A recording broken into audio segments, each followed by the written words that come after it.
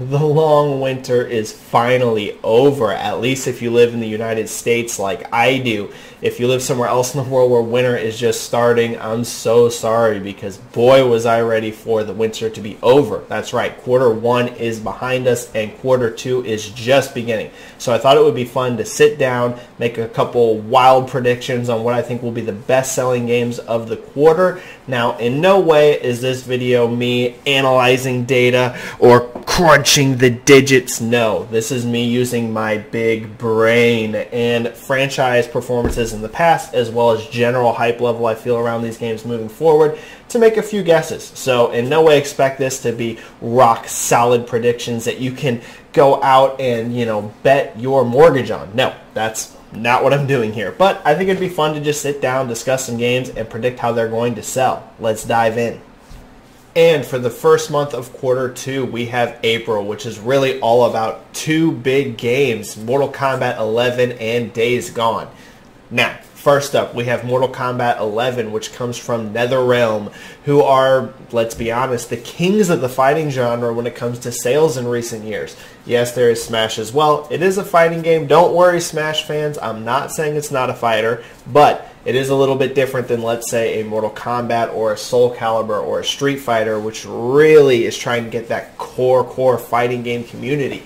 And when it comes to that, NetherRealm are unmatched in recent years. From a strong single-player mode, cutting-edge graphics, and tons of online options, NetherRealm just puts everything into one package, crams it full, and it makes the game almost impossible to miss. I mean, can any of us imagine a scenario where Mortal Kombat 11 doesn't sell well? I think it's almost impossible, right? So I'm expecting this game to outsell Mortal Kombat X Lifetime, honestly. The reveal went extremely well. All pre-release footage has looked excellent for the game, and I think people are going to eat it up. So yes, Mortal Kombat 11, yet another home run. And next up on the list, we have Days Gone from Sony Bend. It feels like the game was in development forever, but the PlayStation 4 exclusive is finally set to release. Now, if you go by a discussion of this game online, it might be a game that you think isn't very highly anticipated or isn't going to sell well, but I disagree completely. That's right, I think Days Gone is going to do great for Sony. It's an open world game featuring zombies, two things that the market loves and buy the hell out of.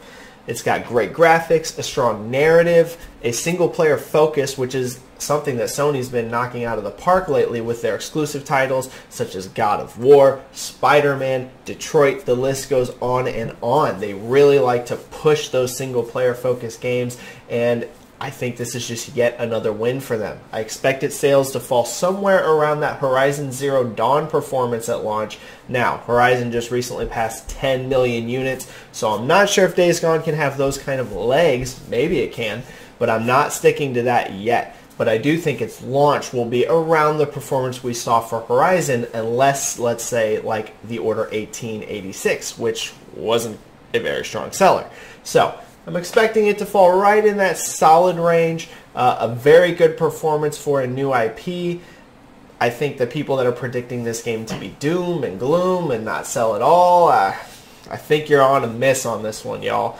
So yeah, yet another exclusive win for Sony and PlayStation 4. Next up, we have May and June. That's right, I'm rolling these 2 months together because really looking at both months, I only saw two games that I see as being really strong, really heavy sellers. The rest of it is a lot of ports for other consoles, as well as a lot of DLC and smaller games. So really, there's only two I want to break out. Let's go into Rage 2 first. So this is a game that I feel like has been demoing very well. Gameplay looks great. I think a lot of the trailers have been really solid, but it doesn't have a ton of that early buzz, a lot of that early traction excitement level. So I was kind of wondering, how is this game going to perform? Then I started looking and realized it has almost no competition in May, at least in terms of those big AAA tentpole games. There's not a lot there to compete with it. So I'm expecting this to have similar to a Doom type performance. A lot of people forget that Doom didn't actually have the strongest launch. It wasn't a bomb, but it wasn't a huge success out of the gate. That game really took a while to gain traction as word of mouth got around about how good it was. And I think Rage is going to be something similar in that The launch won't be huge. It'll be solid. I think it's going to do better than Dishonored 2 and Prey 2 did at launch. I do expect it to do better than that, but not a huge performer out of the gate, but something that has pretty solid legs. So hopefully enough to make Bethesda happy. The final game I want to talk about is Crash Team Racing.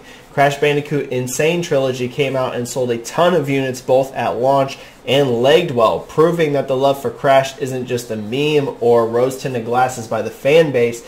No, Crash Bandicoot is back. Now, don't expect Crash Team Racing to have the kind of sales that the N. Sane Trilogy did, but I do expect Crash Team Racing to be a multi-million unit selling title. The only competition it really has on PlayStation and Xbox in that genre is the Sonic Racing games. There is a Sonic Racing game coming out in Q2, but I expect Crash Bandicoot to outsell it. Now, considering the game probably doesn't have a very big budget at all, and it should sell quite well, I expect a home run there for Activision. And Crash 4 soon. With me only talking about 4 games in this video and expecting all 4 to sell pretty great, you might be wondering, where's the drama? Where's the intrigue? That's this part of the video right here. This is the part you get to come back in a few months and be like, haha, Benji, I knew you didn't know anything. I told you! I'm going to predict which will be the best-selling game and the lowest-selling game out of the 4 for the quarter. This is not lifetime sales. This is Q2 only. So, I expect Mortal Kombat 11 to be #1, your best-selling game of Q2. I think, you know, the franchise is just so strong right now. It's riding a huge wave of momentum and goodwill after Mortal Kombat X and Injustice 2. It's just hard for me to see any other game outselling it this quarter. Mortal Kombat 11, I think, is your firm #1. #2, right beneath that, I'm going to slide in Days Gone. That's right. Even though it's only available on one platform, I think Days Gone is going to surprise a lot of people. The PlayStation fan base really gets behind their exclusive titles. These narrative-driven games seem to just have a strong connection between Sony and the fan base. And yeah, I expect very strong sales. The open world setting doesn't, you know, hurt it one bit either.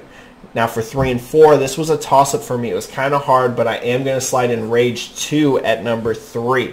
It being a brand new game, whereas Crash Team Racing is a remake, and Rage 2 being that action-heavy shooter, open-world game, I think it's just going to propel it to a little bit better sales than Crash Team Racing. So I'm going to slide Rage 2 in at #3, Crash Team Racing at #4. I think that is very top-heavy, so I think Mortal Kombat 11 and Days Gone, you know, really outsell Rage 2 and Crash Team Racing. I think both those first 2 games are going to be huge sellers, whereas the other 2 I think are going to be strong. I'm not saying that those games are going to be bad. I just think there's a big gap there between 1 and 2 and 3 and 4.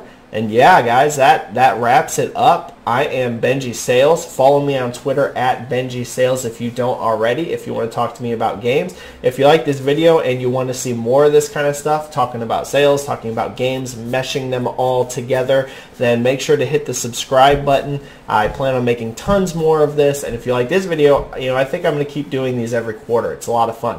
Thanks for watching the video. See you in the next one.